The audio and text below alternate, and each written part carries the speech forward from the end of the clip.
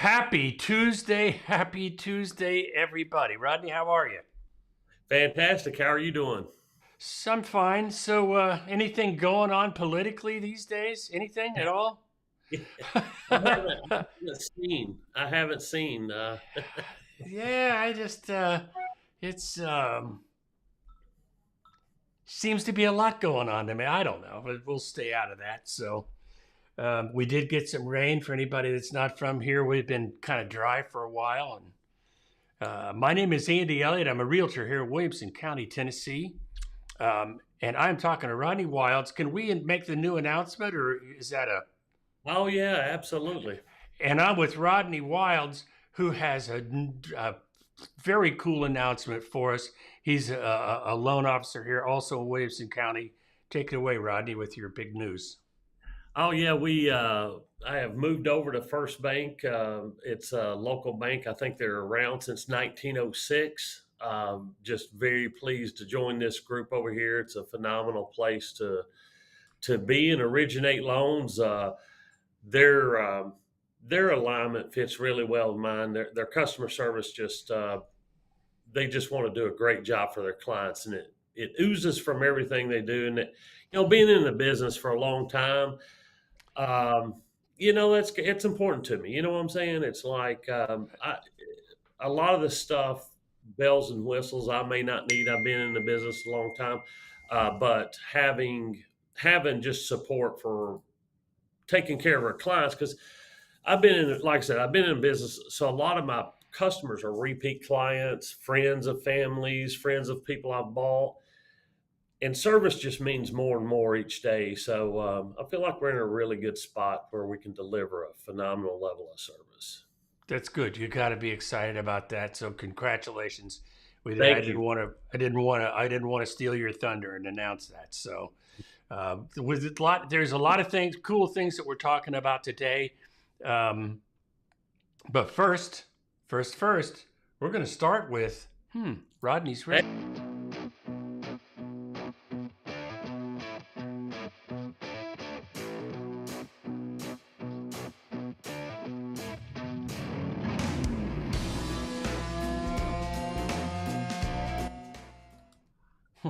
Love that drop. There we go.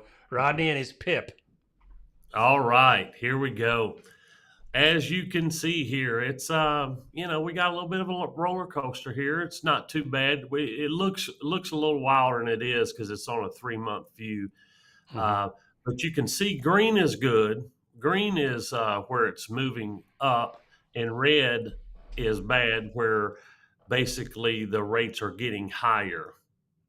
As you can see, we've been on a really good day. We've had what, 10 or 11 really good days and four Mhm. negative days.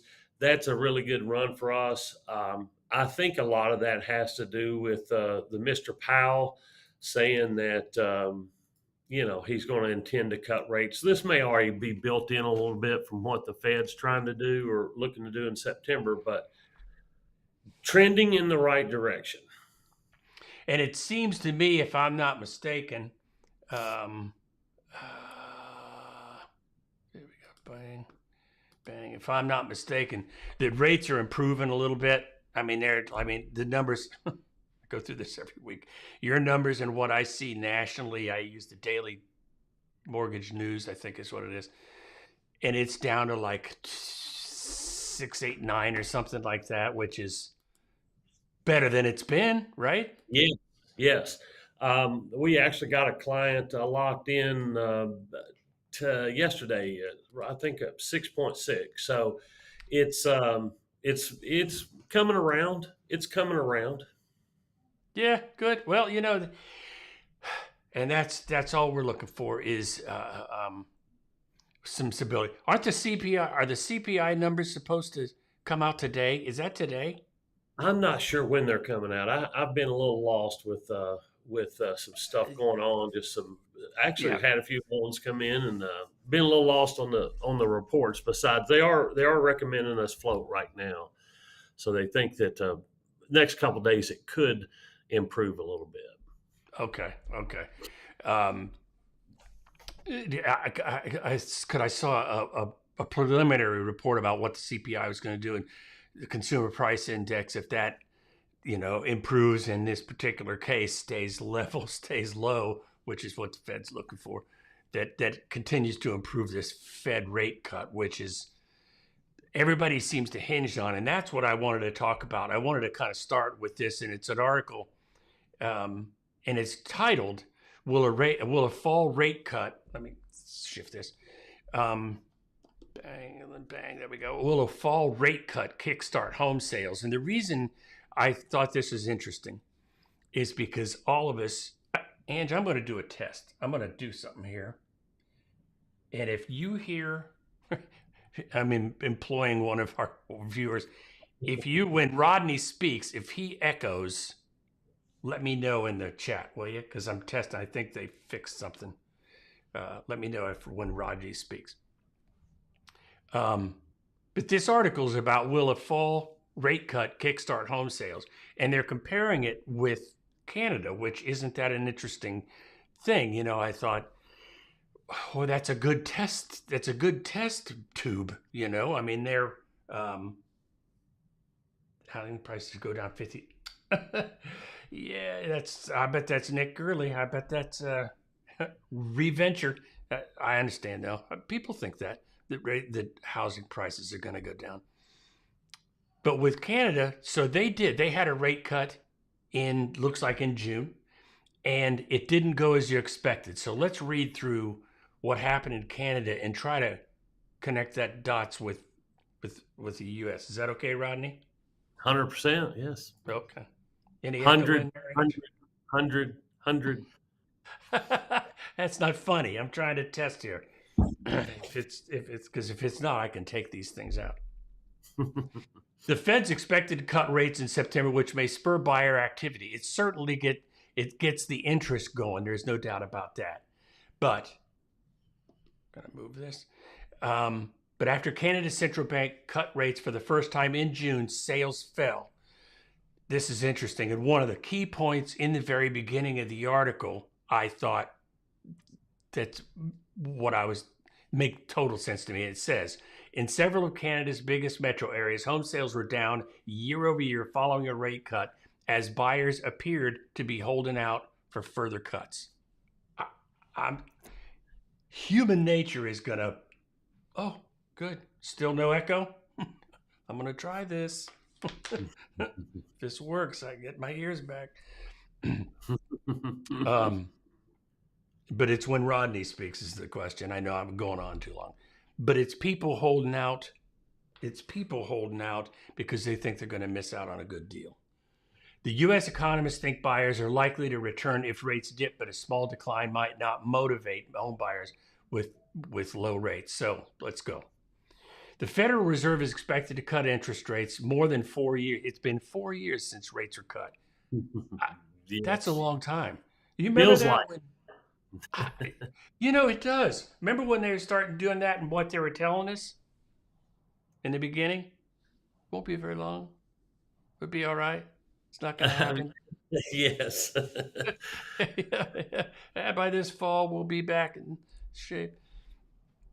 Now, if you feel free to jump in on this because I'm going to kind of steamroll you for a second. In early June, the Bank of Canada made its first cut. Sounds like I'm repeating. Sorry, March 2020, knocking off. Really?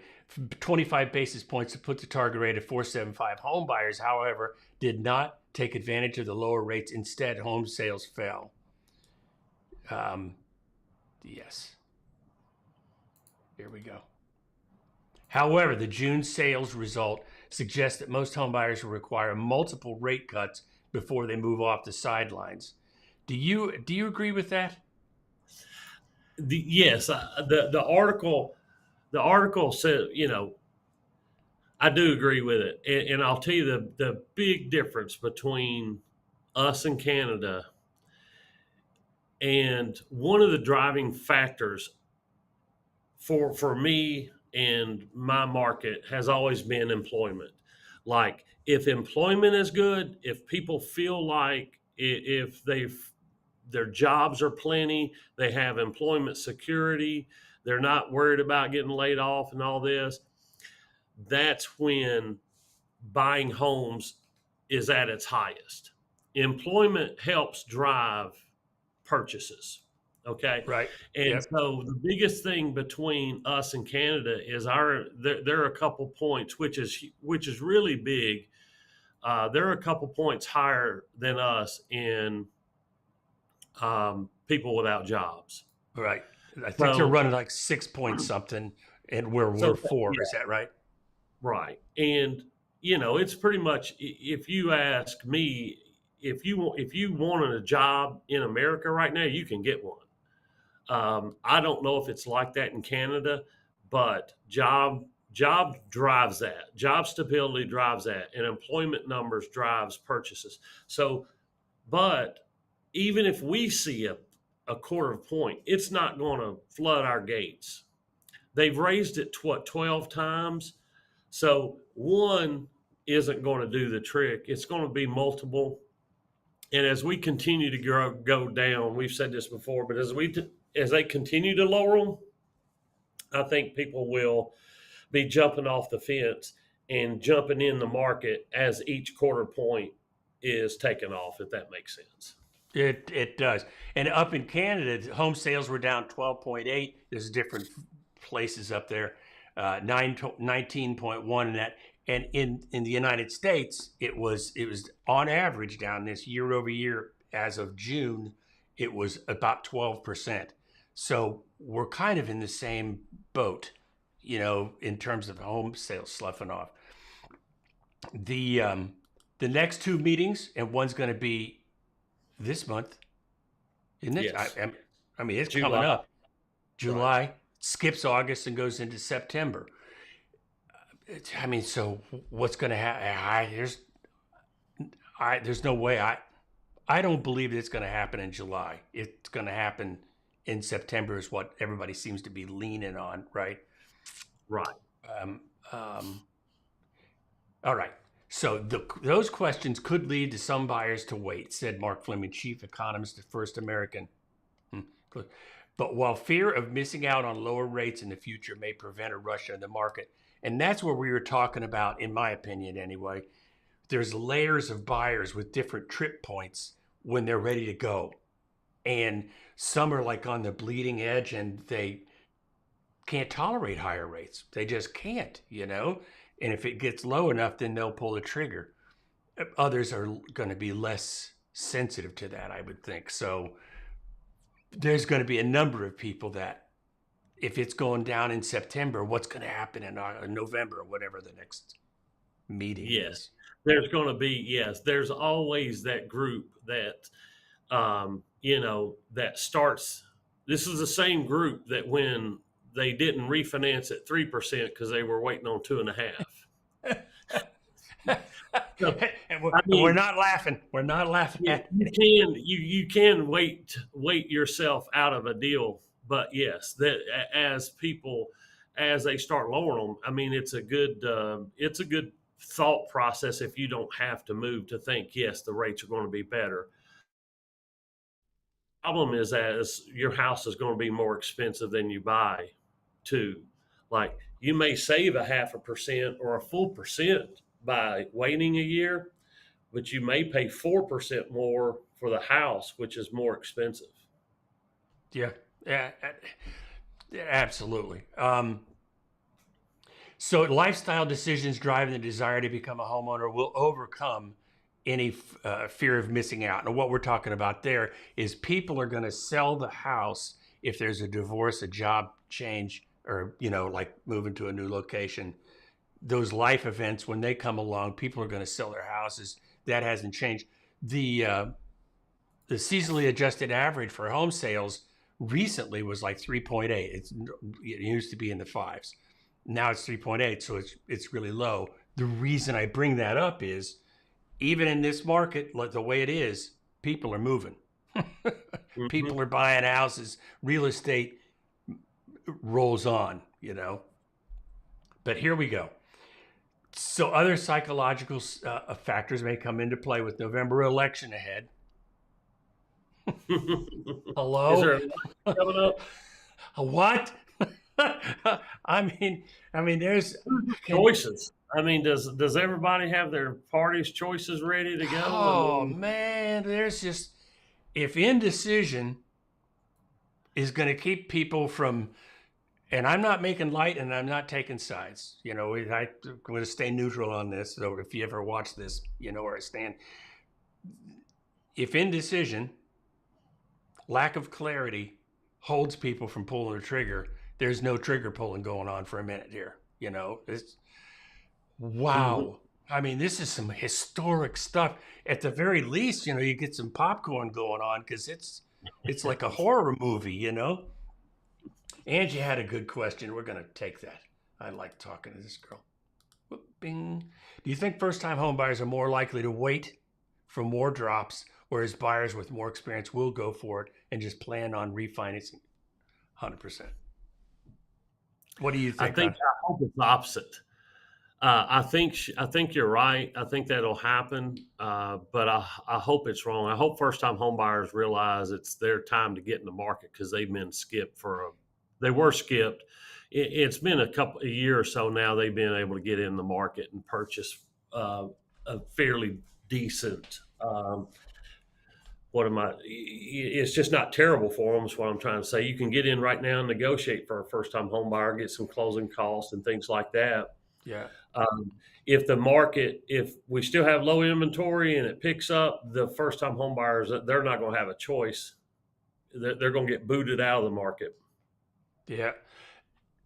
And and to add on to that, I've got a, a thought I want to add before the show is done. It's going to tie into the settlement thing and the agreements and the concessions, and it's specifically about first time home buyers. So my answer is, I think, well, I know what Rodney said. I think that they're going to wait because, I mean, as a first time home buyer, that's a scare. Buying a house is a scary thing. It can be, and people can hold your hand and walk you through, but I think they're going to wait a little bit. People with more experience are going to be like Rodney in his cars. He just buys them, just, it'll be fine. It's all right. Just buy the thing, like Escalade's going to be okay. Plus they know probably from experience through a couple of home purchases, they made some pretty good cash. If they closed, they probably had some equity, so why not rinse and repeat? You're not Hey, marrying these things. They're just mortgages. They're just homes. yes. Hi, Philip. Mhm. How are you, buddy? Good to see you. Yes. New numbers say that single family new builders are down even more. Correct. The home, we were talking about that last week. I'm pointing at you. Sorry. Um, Home builders are going, like, it seems like a lot of them are going for the rental market. There's just so many people that seem to be headed towards that rental thing. They're building apartment complexes like crazy.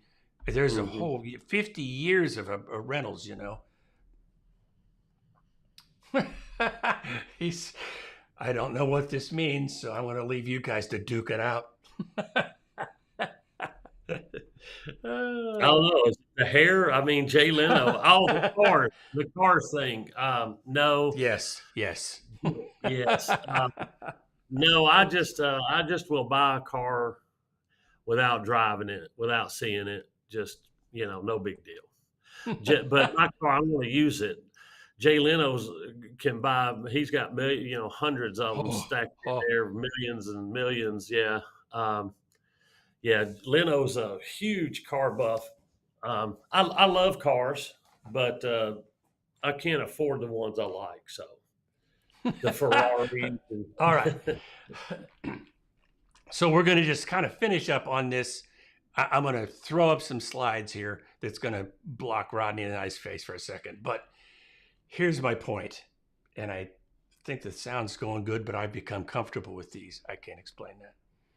Rate cuts are not the only thing. When somebody's buying a house, rate cuts is not all there is. There's more that goes into the recipe than just that.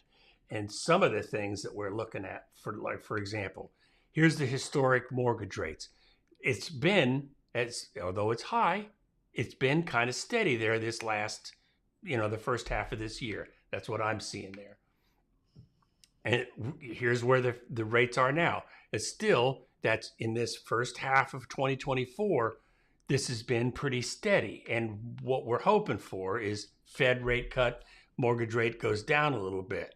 But the thing that I believe firmly, that what gets a market chugging along is when people feel consistently safe. That half a year of that rates, even though they're high, they're steady. And you can, if you've become acclimated to that, call it normalized, then you feel safe. The next thing is the HPI. We've got to find a way. These are home price, the home pricing index, and it's it's skyrocketed. It's just high. Case Shiller bases prices on resale only. There's no new in there. So they only market or keep track of properties that have sold before. It's kind of an interesting way they do that. But they're at the top of the thing. That's got to change in some way. Affordability index. This was from another article about where do we stand in the market today. This is the affordability index. Above the red line is more affordable, and we are literally in the toilet. Well, maybe not literally. Yes. I could have stretched that metaphor just a little bit too far, but we're in a place where we can't. Ooh, that's a good one, Philip. We're going to bring Rodney up for that. Finally, just a couple of things. This is where affordability is now, currently, and that's Atlanta. And the share of income. Yes, share of income needed to own. That's how much it's gone up. 30%. If you're a Dave Ramsey guy, 25% of your income goes to buying a house. 30% seems to be acceptable. But I know that for years, the lenders you can get away with 40 and 42, can't you, Rodney? Yeah, you might even could see, in the 50s. You've actually seen them higher. You've actually seen them crazy 60 and 70 in the VAs and things like that. But Wow. 30% is what you're looking. Yeah, I mean 32% I think is a good is where they think the income should be. Okay. So, Rodney, this one's on you. All right. Can you explain why a buy down on the rate saved you more money than just a decrease in selling price? Um, it it's the exact same money, first of all. So it just depends on how you want to use it. Like if when you're talking about a buy down, what a buy down is let's say somebody starts out with a rate of 7%, for on a 30-year fixed. So they might get 6% for the first year. They might get 5% for the first year, 6% for the second year. There's several ways to do it. But the exact difference of that money, of the payment, between the payment is the cost of the buy down. Like let's say if your payment goes down $200 a month for a year, then the cost of that buy down is $2,400. So you could say if the seller's willing to pay $2,400 for the buy down, they would take $2,400 off the sales price, or they could give you $2,400 in closing costs. It is all the same money. It's all the same identical dollar. So it really doesn't save you more money, but what it would do is you'd get to use it $200 a month for the first 12 months if that eased your pain a little bit from getting in the house. Or if you didn't save up all of your closing cost money, you could use it for closing cost money. But it actually doesn't save you any more money. Like it's kind of weird, it's the only thing like this in the mortgage business that does this. It's like if it saves you $100 a month, then that's how much you owe the lender for the buy down. And they just supplement the payment is all they're doing with it. So it's really not fancy. You don't get any kind of a break by using it. It's just how you want it, how you can take that pool of money and best use it for the person buying that home. like somebody may say, I'd rather have it 200 months. Somebody may say, I'd rather have it to use it for closing costs or whatever. So Hopefully that makes sense. I've seen a calculation someplace like that, and I, yeah, you can, yeah, it's like 0.7 something percent for 1%. So it's kind of a way you can guide it. But really, when you get down to it, you're just adding up exactly what the cost of it is and then getting that money either from a seller or whatever. Okay. Hopefully that answered more questions than it created. I'm good at that. Thank you. I said, no, that's excellent. That's way above my pay grade. So I'm going to finish up on the rate cut if it's coming. It's going to kickstart. Here's the thing. This is my belief. When the rate cut comes, we're going to be celebrating. Everybody's going to be happy that it's headed in that direction. Praise the Lord. I'm really glad to see that. But the first thing that one gentleman said was that now people are going to start watching for additional rate cuts, even though they may or may not have an effect. Certainly not going to be direct on the mortgage rates. That comes probably, but there's no direct connection.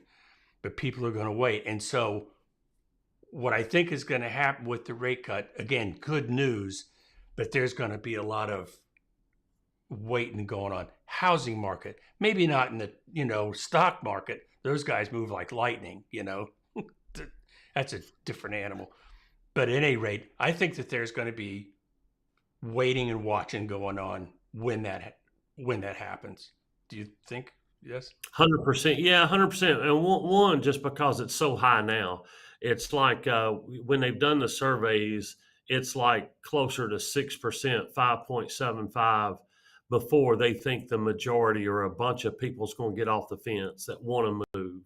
So they've said, okay, it's going to take the mid fives or high fives to get people off the golden handcuffs. So yeah, one rate cut is just going to be like, yeah, awesome. We're, a lot of people are going to be saying we're finally on our right direction towards getting the rates where we want them so we can move. Yep. I agree. And I'm not making light of anything, but the political landscape right now in this country is what? I mean, it's what? And there's going to be, again, a lot of popcorn watching the show while we're trying to figure that stuff out, because this is important stuff I'm not going to make light of it. It's important stuff that's going on, and it's going to trickle down into the economy. You can bet your bottom dollar, no pun intended. So enough said about that. I'm just watching like everybody else. So with your permission, Rodney, we're going to move just a little bit, going to go a little bit sideways. If we get a rate cut and people become more interested in buying houses, that means that home sellers, are going to have to start competing more with each other, more than likely, in order to sell those homes. And so one of the topics that I brought that I found that I thought was pretty interesting, they flipped the script. It said 7 ways people destroy the value of their homes, according to this real estate agent. Now, to put it on positive, it would be the things you do to help sell, but these are the things that you do to destroy the value of your home. You do not want to do this, to be clear. If you're trying to sell your house for top dollar, don't do these things. For the first thing is neglecting maintenance. With physical structures, small problems always become big problems if given enough time. One of the least productive ways is to use 12 months to spend it letting an issue fester. Yes. So fix it. That's what they're getting at. Got to flip on this. Hang on. Bing. Well, just to jump in real quick, what is the number one thing people say when they see a house with some issues? Oh, it's a fixer-upper. And then what's the number one people think about that? Oh, I'm going to get it for less. So it should be the number one thing on their list, because I think they're correct. And I happen to know some people that really, really are good at this they're good at all of this stuff. So I'm really preaching to the choir. But for anybody else that's watching, don't neglect that maintenance. Because I tell you what, a lot of people, and I suppose that it can happen on some homes, when they're buying houses, a lot of the questions you'll get if they're not familiar with home ownership is they'll say, how much does it cost? What's the upkeep? And you'll see articles about what's the upkeep, and some give you these crazy numbers like $1,500 a month to keep things going. It's like, I haven't spent anything on mine. I mean, Yeah. I painted it. I put in granite. Outside of that, I haven't done anything. So people worry about how much it's going to cost to keep that house going, and for the most part, other than ACs, which that stuff happens, there's not much. The second thing to not do, if you want to get top dollar, is don't over personalize your home. It's true you love your hot pink avant-garde bathroom decor. Now that I could understand. An industrial graffiti mural above the couch in the living room, but you're selling, not buying. When I hear personalized, I hear like pictures of the family and that kind of stuff. Now, a pink bathroom would be worthy of painting. Wouldn't you agree on that, Rodney? Yes. I had an orange room one time and was advised to paint that room. My media room and a couple houses ago. Yeah. Whenever I'm looking at houses, and you'll see that, and a lot of it's cultural. There's just some cultures that are just colorful. They just are, and then when they're lived in, they look fun, But the term I use, when they move out, and you've got robin's egg blue and pink, and then you got yellow because Tennessee, and you got all these different colors in the house. I call that festive. And for most of the time, when people are looking at that kind of stuff, although it's festive, when they lived there, it was fine, but it looks like a paint job to me. Yeah. It just doesn't appeal to the masses. You need something that's going to, you're selling it. You're not, you need it to appeal to as many people as possible. Yeah, and painting does not have to be expensive. If you're able to get to the walls easily, it doesn't have to be expensive or anything. So here's a big one. DIYing beyond your abilities. This is absolutely true. Let me tell you how it is when you're touring homes. When somebody has figured out their price range and they figured out their location for the most part, you're going to go out and see 3, 4, 5 homes at a shot. Usually no more than 6, because at 6 you've forgotten completely what the first one looks like. But 4 or 5 homes in a row in the same price range, generally in the same neighborhood, that is when professional repairs, or somebody that knows what they're doing, versus somebody that hasn't painted ever and they're trying to cut in a wall that looks awful. That's when it really shows. I'm saying this so that you remember that we're comparing house upon house, one after the other, and some of them are nice. Yes. And if you don't know how to paint, hire somebody. If you don't know how to do plumbing, hire somebody. Good enough? Yes. Okay. The next one, I'm not. How do you feel about the failing to make energy efficient improvements?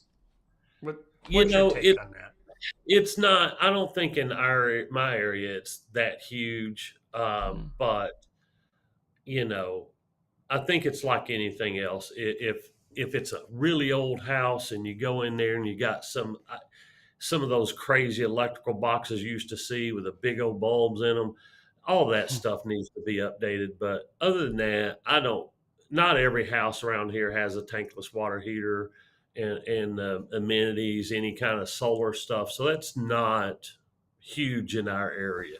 But if you're going, I will say this: if you're going looking in a $2 million house, and and they've upgraded their water tanks twice, then you're going to be. That was where this one I think would fall into that category. You know, Yeah. they should have upgraded to some more energy efficient things and they didn't. So yeah, I think it could hurt, but maybe on the bigger houses or something. But I think we're okay in our area for the most part. Yeah, I think you're right, because probably up to 1 million people. When it's interesting to watch how people process the home purchase process.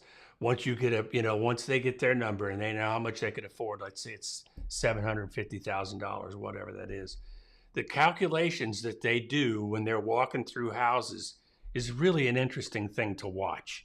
Does it have a pool? Maybe, maybe not. They may not. I don't want a pool. That's more responsibility than I want. They got kids. They want a pool, whatever. But when I've done this and say up to 750,000, up to 1 million, it'll say on there energy efficient windows, RG, whatever that is. How do they label that? I've never had anybody go, man, look at those windows. The R factor on that is awesome. I'm Yeah, buying. yeah. Never. Yeah. But I've been up north. I've been up north. Your windows and things like that will have to be a little bit better. Mm-hmm. Triple Yeah. ply when they have negative 40-degree temperature. So, in our area, or even maybe in Angie's area, they may need to be a little bit just because Mm-hmm. of the heat. So So I think that the answer to that probably is whatever is customary in your neighborhood. If all the yeah, neighbors have high R factor windows and insulation, then you probably should too. The next one is pretty straightforward. No, adding unpermitted structures. If there's an addition that goes on and somebody asks for permits and it's been done while you're living there, you got to come up with answers. If it was before you were there, you might be able to fight that. But I had one guy say that there was work that had been done and he had to get it approved through the codes and had to pay the permit fee for it, to satisfy the buyer is what it boils down to. Have you ever seen that? I don't run into it much anymore. I used to. I Mm-hmm. used to be a lot of self building, adding on. But in today's real estate market, I think price has gotten so expensive that there's not a lot of that going on in the. There's some, but not terribly bad in here. I'm not running into it very often. Yeah, yeah. And finally, the final thing is set an unrealistic asking price. Especially now, I'm just telling you, price is everything. Everything is compensated by price. And I tell you, I'll see um, on we have groups, intranet groups for a lot of different agents. Not just ours, but throughout the country. And they're asked. Here's their question. Number one, for maybe agents, maybe a little bit newer. How come my house isn't selling? I'm not getting any showings. Well, showings are down across the country. It's slower than it was, period. It's the market is telling you that. But for the people that have had a bunch of showings and it's not selling, we know that it ends up being the price. It is. You just have to be judicious on how you judge that, how you make that work. Pricing is everything. It's just not everything. But in the end, that's what gets people to pull the trigger. So, Exactly. and that's it. All right, so we're done that. Just two other things I wanted to just touch on. And we're going to be next week, we'll probably get into it more. But here we go. Two things. And we're going to tie in what Angie was talking about. Let me find something here. Bear with me. Yes. Okay. Here's the 9 things. The NAR lawsuit. We're going to talk about that for just a couple of minutes because it is literally around the corner. And you're starting to see new ads and new pieces of information where I saw I saw something the other day. Remember remember what's happening. The policy change starts August 17th. That's Mm-hmm. when commission rates disappear from MLS altogether. Concession will appear. It's going to be optional. You can toggle that on and off as a professional. That the concession is merely advertising, and it's to my understanding still at this point not binding. So when you So, see a piece of property and it says this concession is being offered, that's not binding, which right. It's that's a not binding, nor is it dedicated solely to real estate commissions. But I mean, this is what everybody thinks it's leaning to, right? I mean, that's what it really is kind of representing.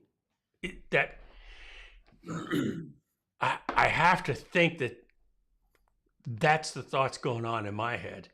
But from the customers, remember, this is a customer centric thing now, and it's all about the customer. And let's say the buyer has decided before they write up the contract, oh, Andy, I want to write a contract for X, Y, and Z. And they're offering this as a concession, but actually, I'd like to get some of those closing costs covered. Mm-hmm. And that's where the wrench kind of gets thrown into the works. You pull into the original buyer agency agreement, and you explain you're going to be covered. That's where it gets. That's where it's going to get complicated, pretty quick. You can take less as a professional. I can take less than being offered that's on my buyer representation agreement, but I can't take not a penny more. So I'm locked at that. Yeah, MLS is can't. Go yeah. ahead. I'm anxious to see how that's worded, and then I think it's just a lot of it's going to just be about some education, going forward. Like if I'm coming in to you and I'm looking at this, I don't want to look at anything in the MLS that says. I mean, when I'm looking at it, I want to know, like, if in the concession part or in the whatever in that new field that they're going to have. I think the buyers just need to know, like, hey, that money's probably needed to be used for your real estate agent versus that's not a free pool of money. Like, what I'm saying? It's like you still got to take care of the real. That's really is what kind of way I'm thinking it's going to be posed, just to make it just more similar to what it is now than anything. However, and I agree with you that here's the thing. For real estate agents, there's going to be could possibly be two really important negotiates going on for them anyway in their livelihood. Is one with the seller. You're doing that on the buyer's behalf. And then you're between you and the buyer, and that's on your behalf. I mean, those are two heavy things. And remember, you can amend things. So nothing Yeah. is carved in stone until all the dust settles and the amendments stop or whatever. All right. The third thing is MLSs can't create or support other sites to get around these policy changes. That's where I think that there's going to be complicated. Somebody is going to try to beat the system. Somebody. It's gonna. I can't imagine that not happening. Just human nature. There's somebody out there trying to figure out right now how to beat that. And the police are going to be after that. I mean, the real estate police. Buyers, number 4, buyers have to sign a written agreement. Got it. Before touring. Oh man. Going to have to make some decisions going in. We're going to have to get really good at that presentation, and buyers are going to know from a transparent position what's required of them. That's enough said about that. The compensation has to be clearly defined. That's the whole point of this thing. Concession is one thing. Compensation is a portion thereof, not the entire thing. And that's what you're saying. I get it. But they're Yeah. two different things. you have to communicate that commissions are negotiable. I don't know how that's going to happen. You sure you want to pay that much? I'm not going to ask that question. I'm not. I mean, that. I think that the mere fact that you're going to be negotiating your commissions is you're negotiating your commissions. It's not like, I mean, if I'm in a deal with you and we're talking about this, it, that is negotiating commissions. It's like, It is. I You're don't in know the when act you of it. stop and say, "Oh, Rodney, we are going to negotiate commissions." I'll be like, "Well, wasn't that what we were doing?" you know. Can we write this down differently? You can't filter. Now, this one has always baffled me, but I understand the intent with. The next one is you can't filter listings based on buyer agent commission. I've seen that from the very beginning and just ignored it because I've never done that. I mean, I don't even know that our system can do it. I don't Yeah, even. and they even go on record right there and say about knock my computer over. They even go on record saying this is not a new fact. We've already adopted this rule in 21. Yeah. That they, so yeah, this is nothing new for Yeah. anybody really. Yeah. And so the National Association of Realtors are required to develop new educational content, and they are, and it's happening every day. We're getting updates from the press, and I mean, there's stuff being going on, and it's mostly the educational content is twofold. One, about teaching the agent what it is that we're doing here. Mm-hmm. The second part is what's the intent, but really the third and most important part, too many numbers, is how do you teach consumers this? Because the goal, and I get it, they want consumers, the home buyer, home seller. The home seller is really pretty straightforward, but they want the home buyers to understand exactly what they're getting into with exactly what they're getting into. Yes. Yep. And for the most And then, part, they knew that on the front, on the other side too. It's not like they didn't know. They didn't know what commit. It was just they knew. It just they may not have known all the details about it. well, here's the thing. And I was surprised. I was really quite surprised. They did a number of studies, surveys, whatever. I don't know how they came up. It was one of those two things. They're trying to figure out how many people, in fact, didn't know anything about how agents got paid. I need to do that video. How do agents get paid? And it was a shocking percentage of people that I don't know. And the reason is because they generally didn't have to pay it.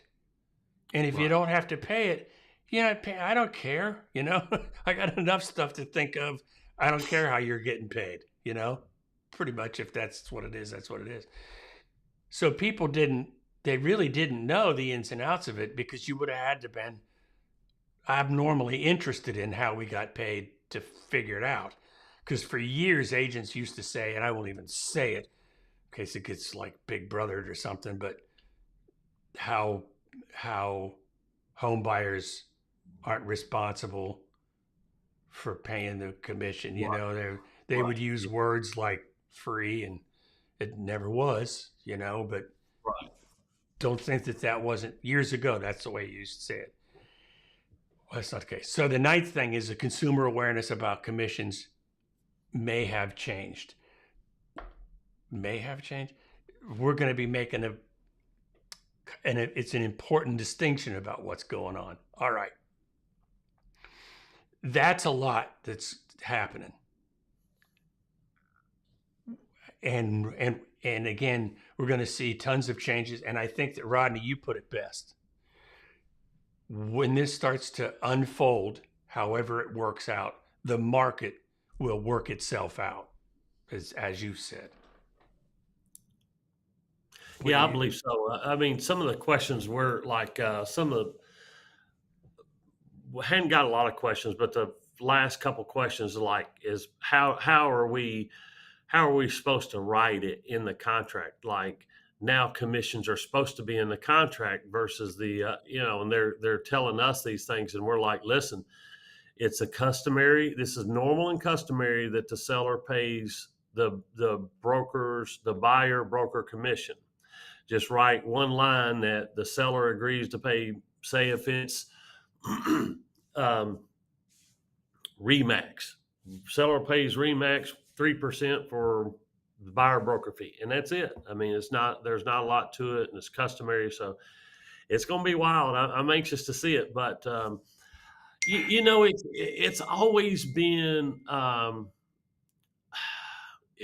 the way I look at it. It's always been negotiable. How many times have we been in there that the seller and buyer haven't, their numbers just totally don't agree, and between say the lender and the real estate agents and an attorney, we all chip in $100 or something and Oh get the yeah. deal. Yeah, everything's always been negotiable, Yeah. and Yep. I don't see that changing. And what I see is that you guys, the realtors, holding these deals together, or what, and making the deals, putting the deals together, okay, on the front end, and then holding them together, has been y'all's biggest. That's what you do. And, Um, And so I don't think that that's going to change with the minor changes that they're making with the MLS.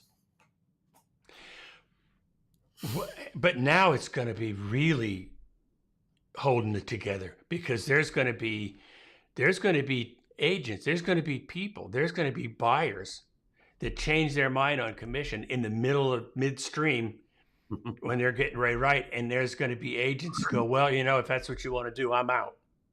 Yeah, I mean, everybody's crazy. You're gonna have buyers are crazy, lenders crazy, real estate agents crazy. There's always going to come up with some crazy idea in the middle of it, like you said. But it's no different than somebody walking today. yeah. That just says I'm walking. I'm mad. And they didn't clean. They didn't vacuum I have or never whatever. had that ever Yeah, in 20 years. I've never had that. so it's the same. It's just going to be about something else. Yeah. But I think it's all going to work out because, like I said, people want to buy and people want to sell, and we have professionals in the middle that's going to help us get it done. So I'm One of not. the final thing as we get ready to walk off stage here, when we're talking about these policies here, and I didn't show it on screen because I don't want to irritate anybody with the text if it's too small. But here's the thing about the NAR settlement, and this is as a professional. I mean this.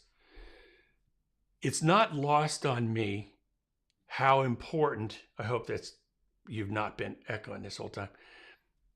It's not lost on me how important the transaction that me and a home buyer is going through, home seller too. That's important for them, but that's a different thing, in my opinion. I mean, they're just trying to close out and skedaddle out of town. But for buyers, especially new ones, it's so important for them to to buy their first house and have a place for their kids or their pets. I mean, some people love their pets more than, well, they just love their pets, and they're putting down roots and they're getting started and they're excited. And I love the way that feels, watching people get that new start in their life. With this settlement for first-time home buyers, I am really going to watch out for those first-time home buyers, because these rule changes have the potential, until they all get ironed out, whatever that means, to really change the fate of some of these first-time home buyers, because they may not have resources to spend in order to make it happen. And that's my whole point, is that my heart goes out to first-time home buyers, not only for interest rates, home prices, but now we're going to pile on the chance that they're going to be liable for extra multiple thousands of dollars that they don't have, Yeah. And so Realtor.com, I don't know if it's NAR, but they're putting together a program, is what's called as champion buyer agents for unrepresented groups. And that includes everybody, everybody that's disadvantaged or what they consider to be disadvantaged in one way or another. It can be low income, it can be VA, it can be veterans, it can be whatever. And I am all in for trying to, I don't know what it's going to take, but those are the people I want to keep an eye on. That's all I'm saying. Yeah, I totally get why you're saying that. I think it's a broader, not issue, but it's a broader topic, meaning, I don't think there's very many buyers at all that could pay this. That's me. Somebody is texting me here. I don't think there's a lot of buyers that can pay that commission out of pocket or is willing to. I think that the people who are going to be successful are the people who continue to get this negotiated and worked out inside the contract. And I'll give you a good example. I mean, I'm talking to some customers. I think the purchase prices, heck, it may be close to 900,000, and they don't have the money with the minimum down payment requirements they're meeting. They wouldn't have the money to pay another 27,000. Yeah, that's so that's a big chunk of change, man. right. I mean, that's it's just so I don't say if they don't have it, it's not going to work that way. And most customers don't have it. Most people don't have it or will not spend it for that. What they will do is they're going to do it. I think get it just negotiated in the contract where it's not out of pocket. And I think that's where somehow. Mm-hmm. That's you just got to get it to where it's not out of pocket, and people will be successful.